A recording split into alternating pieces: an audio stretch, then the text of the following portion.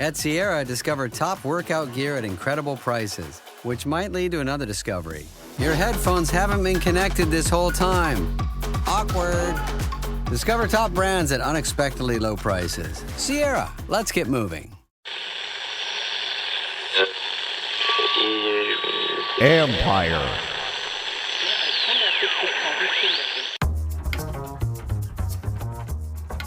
Hey, babies. Hey, babies. Hey, babies. Hey, babies. Hey, babies. Hi, everyone from New Orleans. Hi, everyone. Hi, everyone. Who's drinking a lot? Everybody, everyone. Who's drinking? What's up, everybody? Is that you? Yeah, a little bit. A little bit. Not a lot. You know me. I'm like, it's a different world for me these days. I don't do a lot of that. I was like, you're not drinking hand grenades at 1 a.m. Right? No.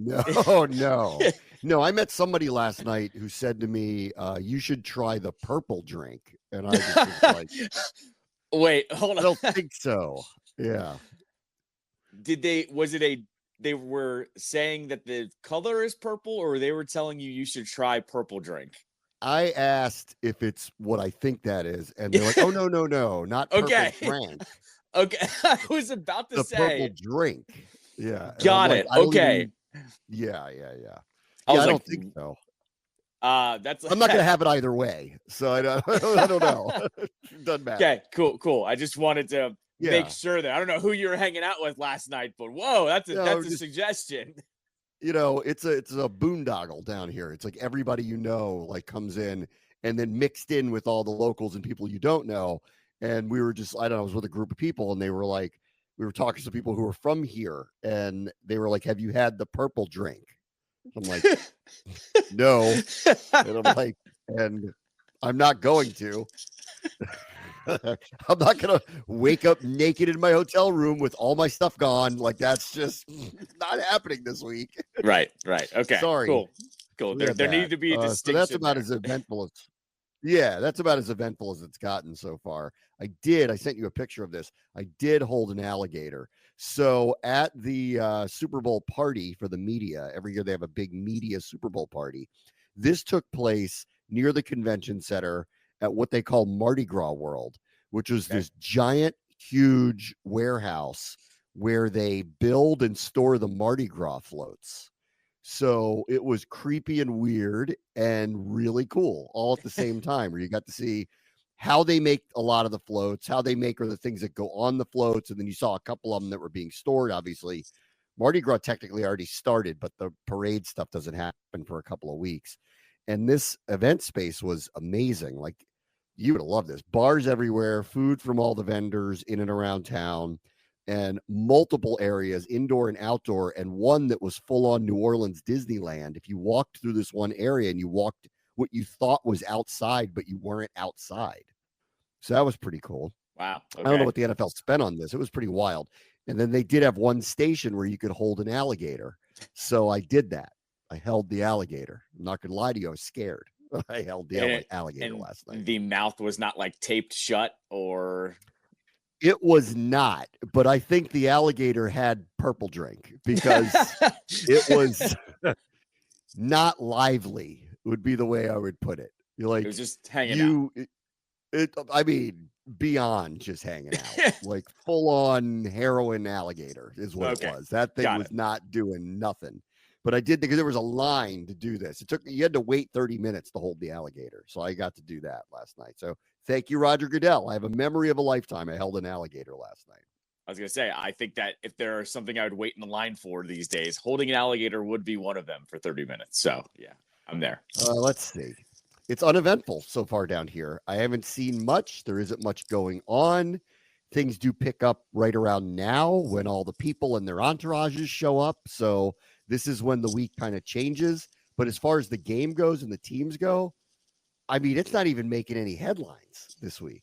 Nothing. I like almost zero. And I'll say this, for being mingling around with a lot of people last night, not the NFL people, who are like, whatever it is whatever it is.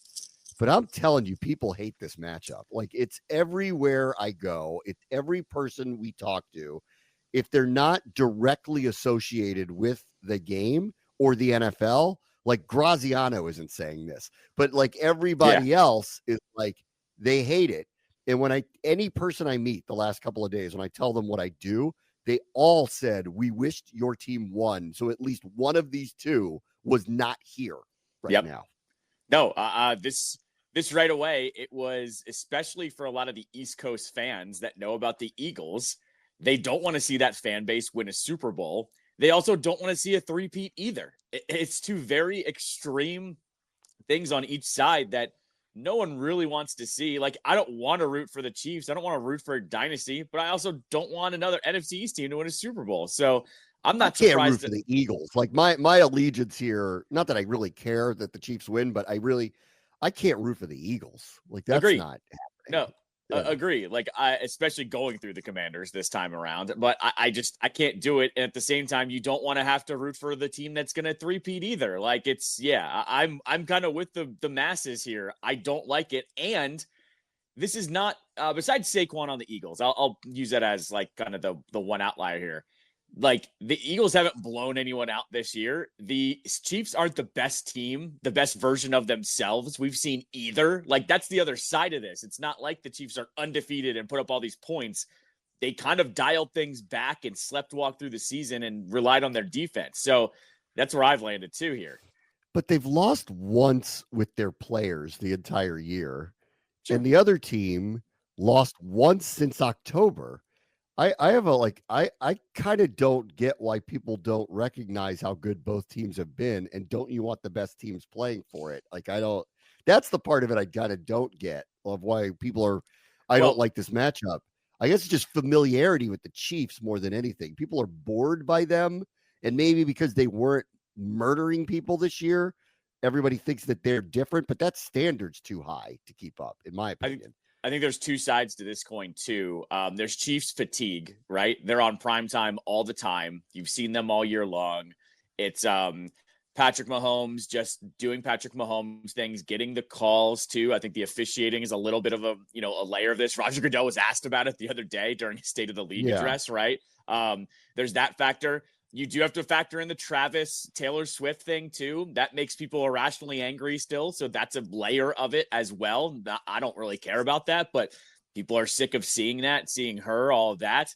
You flip over to the Eagles side of things where I bitched about it this year, how Nick Sirianni seemingly is still a good head coach, yet they still have drama that happens all the time with that team. We got AJ Brown and Jalen Hurts have an own goal during the season of are they friends or not? And then they used it as motivation. Like just really stupid things with their side of things, but like factors that make people not like either one of those teams heading into it. I don't blame people for not liking this matchup is what I'm getting. Yeah. Well, the Eagles are unlikable in general. I mean, yes, it's hard to make them lovable because of their fan base, but like this particular team and version of them is also not likable. So yes. I get, and the head coach as the front man of it, it is unlikable. The Chiefs, I don't know, like there's a greatness factor to them. I know some people have like said that and people recoiled from it. And I'm like, but it's true. Like you're staring down like one of the greatest like groups, like one of the greatest teams in the history of the game now. And you're easily staring down behind Brady, the best quarterback that's ever played. I don't quite understand the fatigue of them at this point, but that's just me. I do get the referee stuff, and I do think it's ridiculous. And I thought Goodell answered that really well by saying, like, this is not unlike when you guys said there was a script a couple of years ago. It's ridiculous. So, like, and that's true. Like, the other 31 owners would not go along with the Chiefs getting all the calls. Like, that's not how this works. So, yes, they do get calls. Yes, he does game up the rules a little bit that I think they need to figure out a way to not allow him to do that. Like, he's got a little Tiger Woods effect to him. He knows the rules so well. He uses them to his advantage to a point where the league's going to have to do something about it. But that's on the league, not on him. He's playing by their rules. So be mad at the league really more than anything. Like, I agree. Like, I don't like some of the stuff he does, but nothing he does is illegal. They need to kind of close ranks on what's allowed and what is not allowed, because he clearly does not have the highest level of sportsmanship. So he's willing to bend the rules. And if that's the way it goes, then it's up to the league to change all that. No, absolutely. And I'm glad he went into what can we do better about officiating. And I was like, thank you. That's actually what I think this question should be. Like, I think it's about time we have a legitimate discussion of there is too much money invested in this league. These franchises are worth too much now. And you are so in bed with all the gambling companies. How do you not take the smallest fraction of money and get full-time officials at this point? Like, Yeah, I think agree. it's something I talk about every week now, because how you don't have a actual division for your officiating, and it's become a factor now in today's games. Like, before the Commanders played in that game, Hockley's crew, the Eagles were undefeated. Like, in any other sport around the world, people would go, that officiating crew shouldn't even be on that game. And instead they go forward with it. And what happens? The Eagles win. Once again, I'm not going to get into the Commanders were going to lose that game no matter what, probably because of the mistakes they made. But still, they just like ignore the very simple ways that they could probably fix some of this stuff. And I hope they actually take a look at it. So I thought Goodell pivoted it to a area where, yes, they can actually go ahead and improve. With the Chiefs, agree. by the way, there's a little Yeah. bit, I think with the Chiefs, it's a little bit of the Warriors here. Like, the Warriors were a very likable team. People got sick of seeing them win, period. That was it. It wasn't like we hate Steph or whatever. It was, I'm so sick of seeing that team dominate and win another championship. And I think that's where the Chiefs have landed here. It doesn't matter how nice they are or if you hate one player. People are just sick of seeing the same team in the biggest game of the year, essentially. Yeah, I guess. I don't think like Mahomes is that unlikable on some level. Like, but with Mahomes, like, I get it with the rules stuff, but like, it's not like he's this unlikable character off the field. So I don't know, whatever. Like, but clearly people just do not like the matchup, and that's been palpable here the entire week. Just meeting people, talking to people, listening to people. It's just totally palpable that people don't like this, which is good news for us. And on your point about the referees, I would say this: like, after the year Jaden had with VR, why don't we give the referees the VR and get them out practicing just like everybody else for their OTAs in the spring? Because, listen, it's subjective in some of this stuff. It is real time. It's fast. It's hard to call, but I agree it could be a lot better. And I also agree that full-time referees make a lot of sense. What are we talking about here? Like, how much money are we talking about here to get the refereeing and officiating better than what it is right now? Yeah. I mean, and like, when you look at how much money this league makes, it's a fraction of a fraction that you need to invest to do this. Like, make a officiating office out in Arizona or wherever you need to get a tax break, and you put the refs there for the summer or whatever, and then you send them on their way to be full-time officials. Like, this, like, guys, like, this is such an easy thing to take care of, and they just haven't yet, and they need to, because, like, once again, it's not really even about the bad calls. It's that the calls are just, these games are so close. The calls are making the outcomes of games actually occur. And that's where the factor is here right now. The only thing I guess that would be considered news from the Chiefs is that Travis Kelce said he isn't retiring, and Andy Reid said he'll coach at least one more year. I mean, I guess Kelce's at an age, and actually his production was down this year, where I could see or hear out the that he may walk. And of course, his girlfriend's the most famous woman in the world. So I could hear out, some of that where he'd go anywhere. I don't know why people think every year Andy Reid's going anywhere. Like, why would he walk away from this? Like, for what reason? Like, what else is he going to do? Where's he going to go? Where's he going to have it any better? Why would he walk from this? He clearly has a really good relationship with Mahomes. Why would he leave? So I don't even know why people ask this anymore about him. Yeah, I don't understand either. And it's not like he's lost a step. Like that like, we've seen this before where a coach, you can kind of tell. Like, I think, who a coach who I think lost a step and we knew it was going to happen was Coughlin, right? We're like, you had to force him out the door, right? And with the Giants, right? But with Andy, like, he's in his third Super Bowl in a row. He has the best quarterback maybe of all time in his back pocket with an offense that's been running completely fine without a lot of superstars because he's that good. I don't understand why it's a question, but people are grasping for storylines for the Super Bowl. So I guess you have to ask it. With Kelce's funny. Like, his production's been down, but he's also still doing all the hard stuff. He's still blocking downfield. He's still doing whatever they're asking him to do. to me, he still looks like he's having fun out there, even if his production is down. So same thing though with Kelsey. You're playing with Patrick Mahomes. Why would you want to retire if things are still successful? So I think it goes to both of them for that. He doesn't look like the same player to me. At his age, he shouldn't look like the same player anymore. And I think that in the end, that's going to be more of a decision about, from the team than it is from him. Because again, why would he walk away from this right now unless he wants to be a full-time roadie on the next Taylor Swift tour? And I don't think that that's probably what he wants to do. And again, like, why people think people want to walk away from situations like this is really strange to me, especially with Andy Reid, where I'm like, you're asking the guy who just got to the third straight Super Bowl and has been to the Super Bowl in 5 of the last 6 years, whether he wants to walk away from that. Like why? How does that question even come up? Like, it's like wishful thinking for other people who want to try to get that job and work with Patrick Mahomes. And until that relationship goes sideways, and it may never go that way, he's not going anywhere, in my opinion, unless it's health or the relationship goes sour. And the only way the relationship's going to go sour is if they stop going to Super Bowls together. Well, and the other thing here is, like, we experienced it here. He clearly knows how to check and balance his coaches, and he knows how to connect with his players, right? Like, we didn't think Eric Bieniemy was going to be the way that he was with the players here, right? And look at, what's happened to him since. I know he's back in the NFL now. He's a running backs coach, but like, clearly he knows how to check and balance his coaches and players and find that kind of niche balance that you have to have in the NFL these days, where it has to be a little bit of tough coaching, but you also have to protect your players.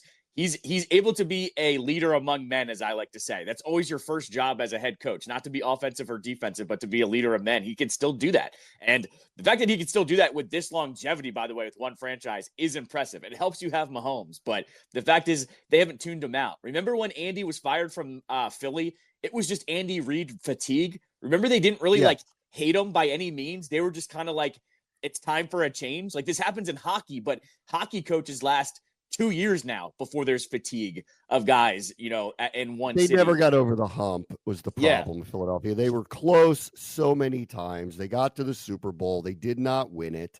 That wasn't Andy Reid's fault, but they just didn't get over the hump. And so they made a change, and that, he probably wanted it too at that point. Correct. And that's what I'm getting at. That's not happening here. There's no Andy Reid fatigue in Kansas City. So there's no way.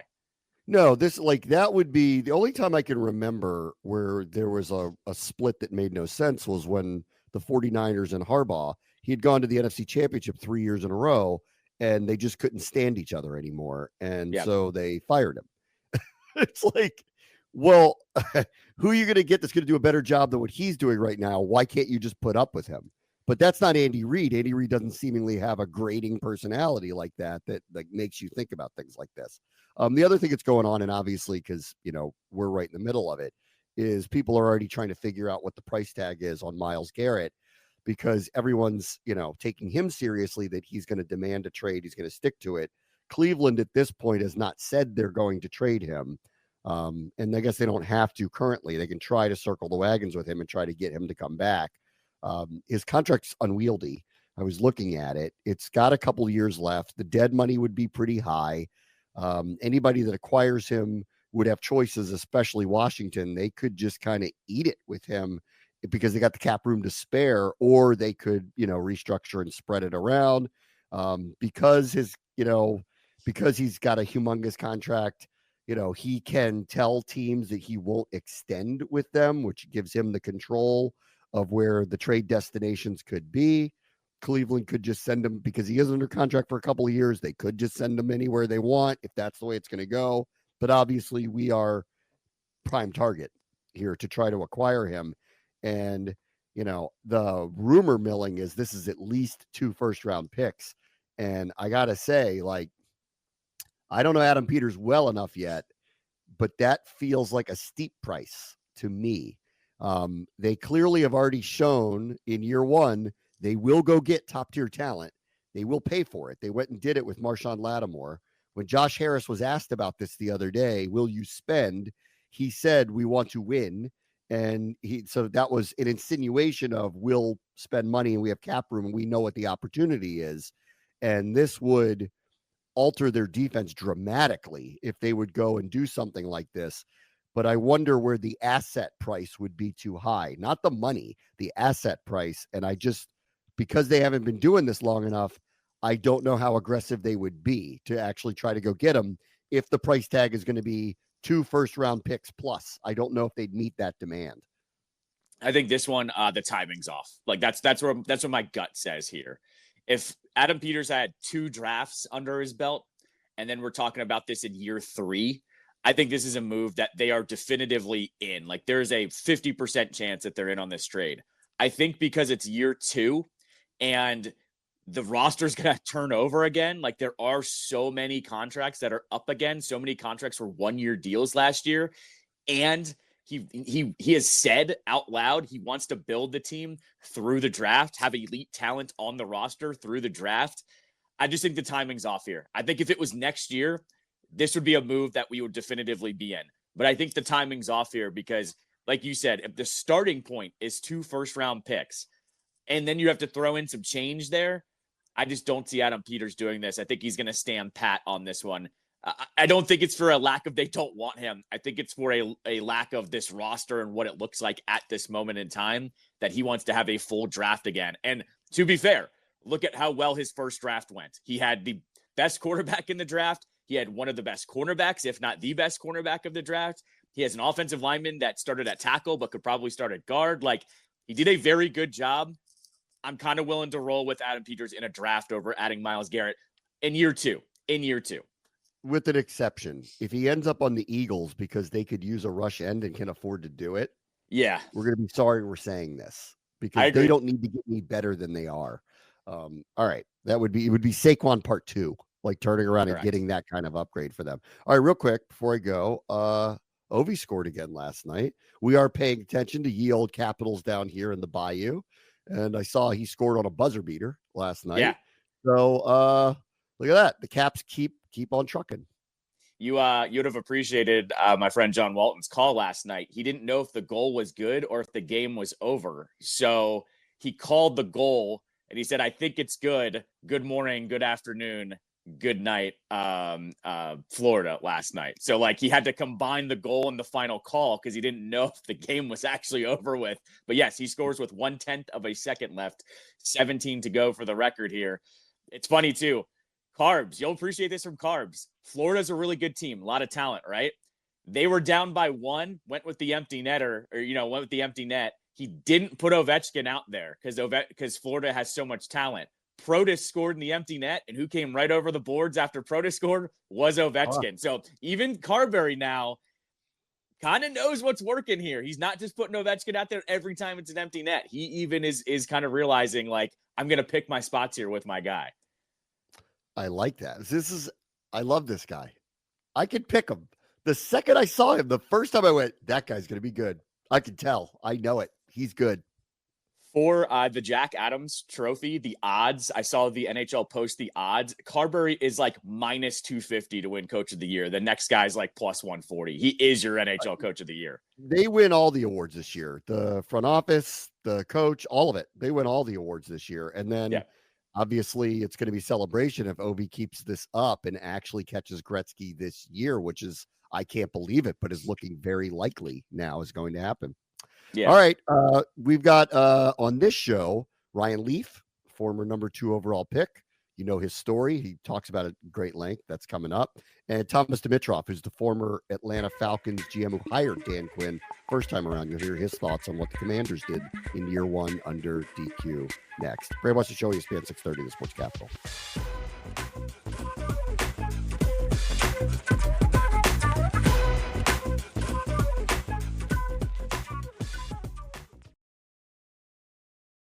This episode is brought to you by Amazon. Sometimes the most painful part of getting sick is the getting better part. Waiting on hold for an appointment, sitting in crowded waiting rooms, standing in line at the pharmacy, that's painful. Amazon One Medical and Amazon Pharmacy remove those painful parts of getting better with things like 24/7 virtual visits and prescriptions delivered to your door. Thanks to Amazon Pharmacy and Amazon One Medical, healthcare just got less painful. Since you're new to H&R Block, we'll look at your returns from the last 3 years for any money your last guy might have missed for free. I could get money back from last year? You could. We'll find any mistakes. Could have really used that 2 years ago when I dated that mistake for 5 months. Don't leave money on the table. Switch to H&R Block and get a free Second Look review. Second Look is included at no additional cost with the purchase of tax preparation. Results vary. All tax situations are different. Fees apply if you have us file an amended return.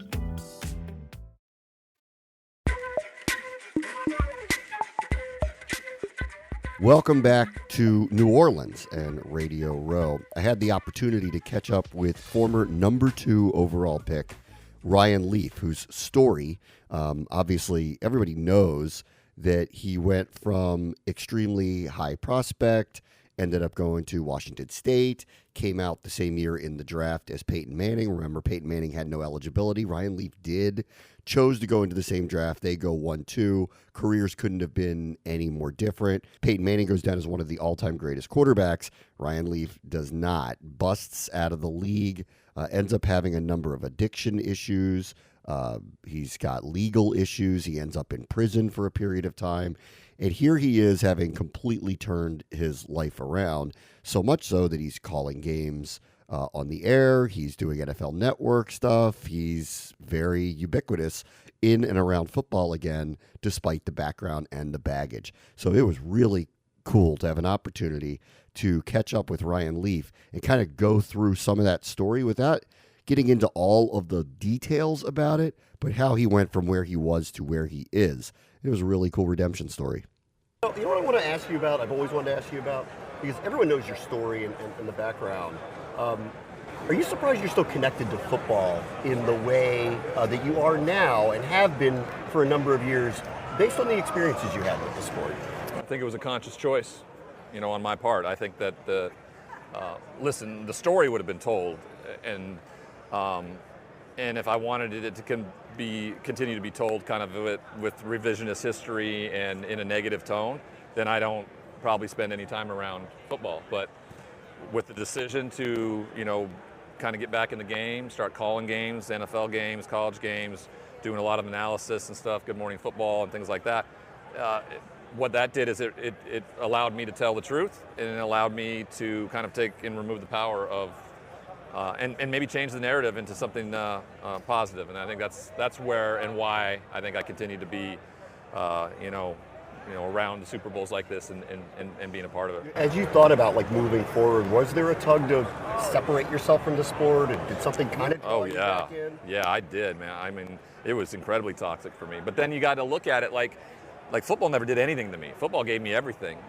Football wasn't the problem. I was the problem. And so I had to go get myself fixed. So once I went and did that and figured out what I needed to do to, to be a better person, that's when football came back into my life, and that's why it's been so enjoyable over the last 10 years of my life, being able to be a part of it. There's nothing more than I like than to go into a pro football stadium now these days and call that matchup. Yeah. I mean, and who would have thought if somebody told you 10 years ago when I walked out of a prison cell that, oh, you know what, I bet you Ryan's calling NFL football games, 10 years from now. Yeah. They would have said and looked at you like you were nuts. That's no way that's going to happen. So how did it happen? Howie Dimitroff. Howie Dimitroff at Westwood One Radio he's done it 35 years, he's been doing it forever. And, I started calling college games, and I was doing a lot of work on Good Morning Football and, and I had my own show with PointsBet. And so we talked about the NFL and stuff like that. And he'd heard me call a few college games, and I went for an interview with him in 2020, and he just gave me a shot. I think I got one game my first year. Yeah. It was a Tennessee Titans LA Chargers game on Sunday Night Football, and and the rest is history. It's just kept jumping and moving. And last year and this year I got playoff games, and so that's how it happened. Somebody took a shot on me, and listen, that's not what people want to do. These are networks, right? They're selling ads, they're doing things like that. They don't want somebody with my baggage, so my resume goes to the bottom of the pile. So I have to be pretty good at it. I better be better than everybody else, otherwise I'm not getting the gig. Yeah. And so I've worked really hard at it. I've found that I'm really good at it, and so I've taken advantage of it, and I really enjoy it. I mean, it's an interesting story to tell other alumni that no matter where you've been, you can still get where you want to be. This is the best thing in the world. So I spoke to all the seniors at the Senior Bowl on Friday night, and I asked them how many know who I am or know my story, and probably almost all of them raised their hand, and I said, is it because of a negative or a positive? And about all the people that raised their hand and said positive. And that's also because these guys were born in 2002 when my career was over, and they were too young to know about what they know me as is this analyst who's a real supporter and advocate for players. They also see me as someone who goes and on these campuses and talk to them about advocating for them and have their best interests at heart. So I think that goes to show every alumni out there that is really more important. Just breathe. Just breathe. This too shall pass. Those types of things. That doesn't have to be your story. You rewrite your history. You just don't keep compounding that same problem over and over and over again. So I think that's what I may be is just a great example of that. And hopefully one that helps other guys know that you can do whatever the hell you want. You are not the worst thing you've ever done. You are the sum of all its parts. And the fact that you were an NFL football player showcases you are incredibly talented, successful, and pretty much can do anything you ever wanted, probably. So if they come to you and they say, I want help managing my mental health, what would you say to a young person who's in the league or someone who's out and trying to transition to whatever's next? What would you tell them? I said that's great. First off, I'd say that's great. I'd give them a hug. And then I would say I would give them some places that would really be beneficial. I'm not a doctor. I'm not somebody that's going to be able to help with their brain chemistry and things like that. I can really share with them what worked for me. And I work really closely with the Menninger Clinic, which is in Houston, Texas, and it's a state-of-the-art psychiatric and substance use disorder facility. But they also have a deal with the NFLPA, which is our union. And every time I go down quarterly to do my work as an ambassador with them, there'll be anywhere from 8 to 12 former players there. And so that's the asset that exists when people come to me. I say, I have a place where you can go and get the help that you need that can change the way you look at things and how you can accept it. And if they're not ready for that, there's other ways you can go about it. That's maybe not so intrusive in the way they would look at it. So that's the best thing I can do. To your point, I'm not a doctor. I'm not gonna try to give you advice around stuff that is medical or scientific anyway. What I'll do is I'll tell you how it worked for me, and try to give you the best possible path I can that can change your life, hopefully. Let me ask you about a major event in the calendar, which is the draft. You had an interesting, obviously, experience with that being such a high draft pick. Of course, going to be compared to the other quarterbacks that are coming out at the same time. What do you remember about your draft experience? Well, my draft experience was a lot different than most people's because, the moment that Peyton and I said we were going pro, well, Peyton was because his eligibility was up, but once I said it, it was done. We're going to be the first and second picks. We wouldn't have to do anything. We didn't have to go to the combine. We didn't have to train, do a workout. We didn't have to do any of that stuff if we didn't want to. It was a done deal. And then it was just a matter of whether or not,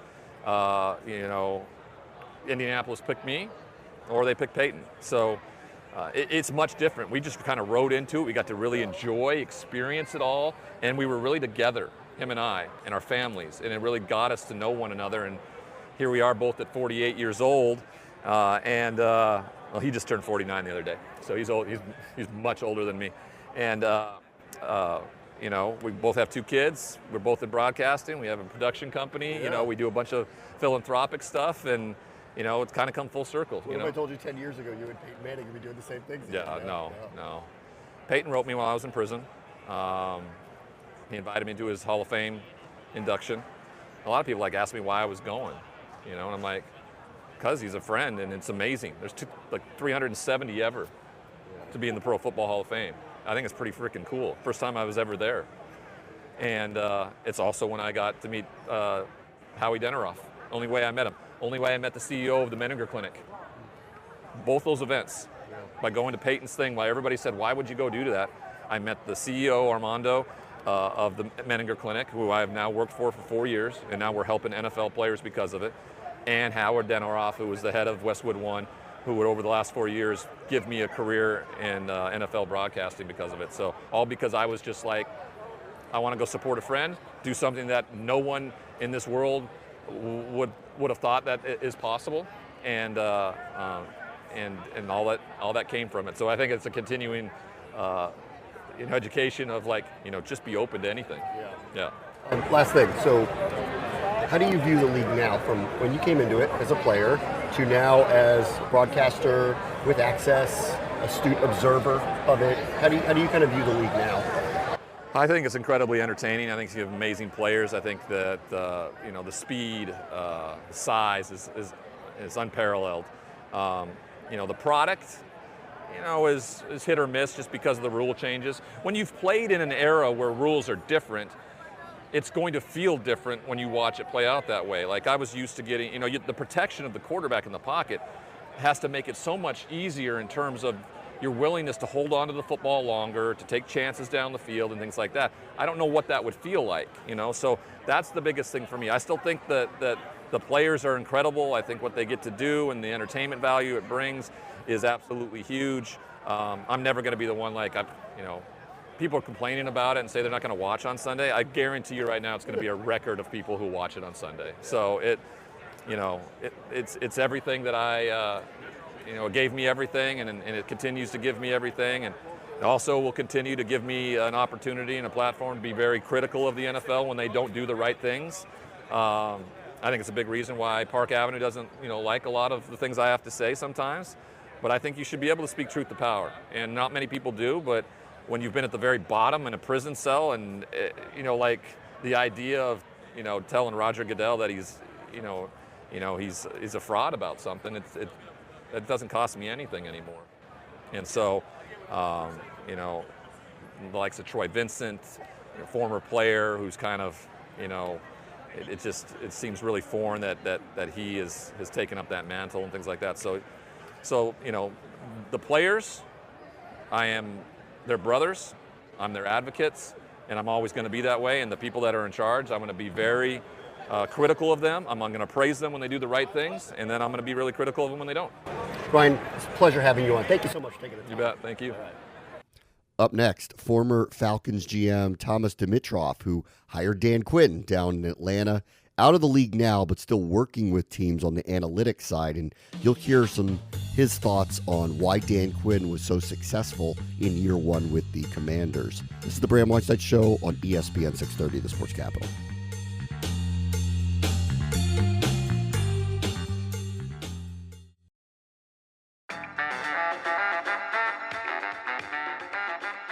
All right, welcome back to Radio Row down in New Orleans. Yesterday, I had the opportunity to catch up with former Falcons GM Thomas Dimitroff, who hired Dan Quinn for his first head coaching job back in Atlanta. Of course, they made it to the Super Bowl in year two. Dimitroff is not working in a front office currently.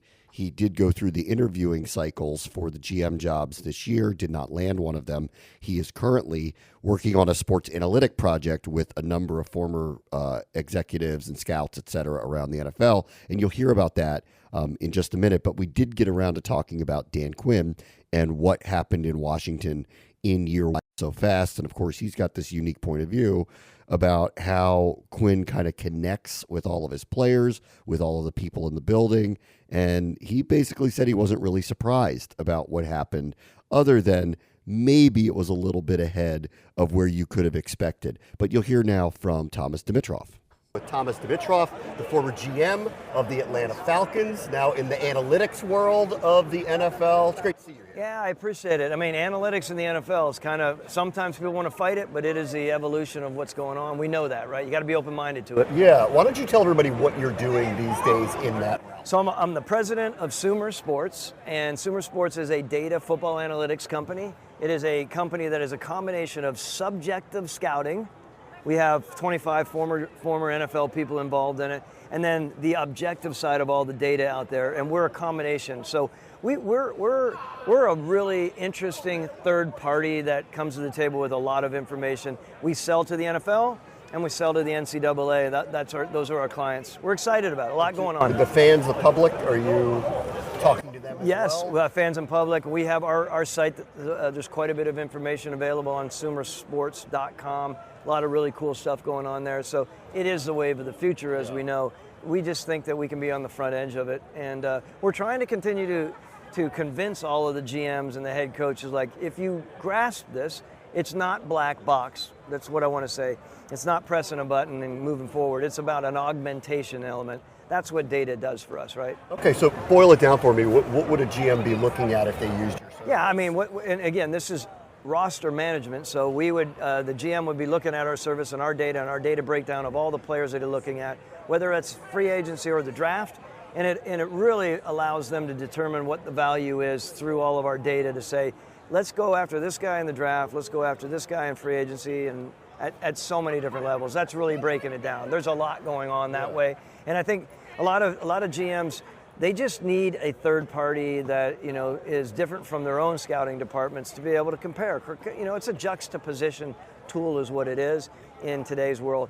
Too many people, though, in the NFL and in the NCAA are a little bit unsure of how to use data, and that's what I've been doing the last 3 years. I haven't learned to model or to code. What I have learned is implementation of data, and I realize that literally everything you do in football today, you can apply a data metric to it to compare. It doesn't mean you go with that marked grade that comes out from the data. It just gives you a really good conversation point. And then to say, oh, let's go back to the drawing board on A, B, and C, and X, Y, and Z. That's what I love about it. How do you quantify the subjective? If you're going to put those two things together, how would you put a data analytic on subjective feeling about players? Well, I mean, the perfect idea is for every position that we're grading, I'll use this as an example. Let's say there are 30 metrics that we're looking at, position specifics on a quarterback. We attach a grade, a 1 to 10 grade, the scout does, I do, whoever's doing it. And human eye point of view. Human eye, yeah. And then we have an algorithm right now that we're working to complete right now. That's going to be a line item right next to that the algorithm is stating the same thing. So we'll take all 30 of those metrics. Agility. Okay, here's our eye agility saying he's a 7. Very good. And then, but the algorithm is saying that he's a 5. That doesn't mean we go with the 5 again. It's a really good spot for us to be able to determine what that is. So we have to have a combination of subjective and objective because that's what's going to give us efficacy ultimately in our algorithms. Plus, you're picking people. You got to get to know them. Yes. Right? This isn't just about a number. That's right. Right. No, you got to get to know them, and that's the biggest thing, right? I tell everyone all the time, and you get 32 general managers around this table right now. They raise their hand. Everyone will say two things. They'll say, "I've made my most mistakes on exceeding need or wanting to push so hard for the need." And then the other part is because of character. Because most of us won't, as good general managers and evaluators, aren't going to miss the athleticism on a player and the movement, but they miss on the character of the player. Not all are bad. Some just lack passion. Some lack drive. Some whatever it may be. That's what we're still working on in data, and that's a tough nut to crack. So you were a general manager. It wasn't that long ago that you were the head of the front office with the Falcons. How far different is the information from what you had at your disposal then to just whatever this period, 5-10 years later now? Well, of course, you know Dan Quinn well, your involvement, of course, in Washington, and Dan and I, we both, as you know, we got fired back in 20, right? That's 4 years ago. Yeah. I think it's changed drastically. And I always say if I were to ever get back in, I ended up interviewing for the Jets in the Tennessee job this year, and I thought if I ever got back in, the importance of being able to implement, the importance of having someone as a chief of staff, for instance, or somewhere fairly high in the ranking to be able to deal with and interact and help implement properly is vital. And you would never have seen that before. I'll go back to my early time scouting when I first got in the business. If you were a scout that came to the table with a report and you're reading around all these old boy scouts and you start pulling out some old box score, I'm not even talking about advanced analytics, you start talking about that, they would boo you off the table. They'd say, like, you don't have a good enough eye because you're relying on data. Think about how reverse that is now. If you come to the table usually in a report and you're trying to sell it to your owner or sell it to the staff and you don't have elements of data backing it, you're kind of coming up like, hey man, you're kind of doing half a job here. Yeah. So I think that's an interesting transition over the last 30 years, basically. Indulge me on Washington for a moment, because you know Dan Quinn. What they did felt so far ahead of schedule to flip over half of the team. He comes in, new general manager, and to get as far as they did, what was just your kind of viewpoint of how that accelerated so fast for them? I think Dan is the kind of guy that everyone responds to well. He's just got the personality that not only the players respond to, the management responds to, people in the building, most importantly, the GM's going to respond well to, and I think the coaching staff, and I think that's what Dan has, right? And the interesting thing was, Dan came in role reversal, right? When he came into Atlanta, I was a guy that had 7 years experience, and he was the new guy. Now, Adam Peters comes in with a role reversal. Dan has that time in the saddle, and Adam's coming in. So it's nice mixture there, and I think they both work off of each other really well. Adam is very talented. Adam has a really good understanding of evaluating talent. He's been around great organizations, as you know, in his time in, of course, in New England with us. That's how I remember him. And, of course, then he went to Denver. He goes to San Francisco. I mean, he's a well-rounded guy, and this is ripe for him to be in the right spot. And because of Dan's personality and his go-get-it sort of passion, I just think it's really ripe for a lot of success in the future. Last thing, since we deal with a lot with the NFL alumni, and you have this perspective of finding players, nurturing their careers, and then at some point it comes to an end. Yeah. How do you think about the post-career from the viewpoint of an executive in the NFL? Yeah, I think, are you referring to the players themselves mainly? The players. Yeah, look, I think there are so many very talented football people out there, football players out there, former players, that in a heartbeat, if I had my druthers, I would love them on the staff, because I think if they want to truly commit to it, they could be great at what they've done, because they have such a football mind, and there's an element of football intelligence there that sometimes I think we might lack, because we haven't necessarily have a staff that's full of people that have put the boots on the ground or feet on the ground, right, in the game time situation. I use an example right now. You heard it recently. Tony Baselli's taken over as the president of football operations at Jacksonville. I think that's great for him.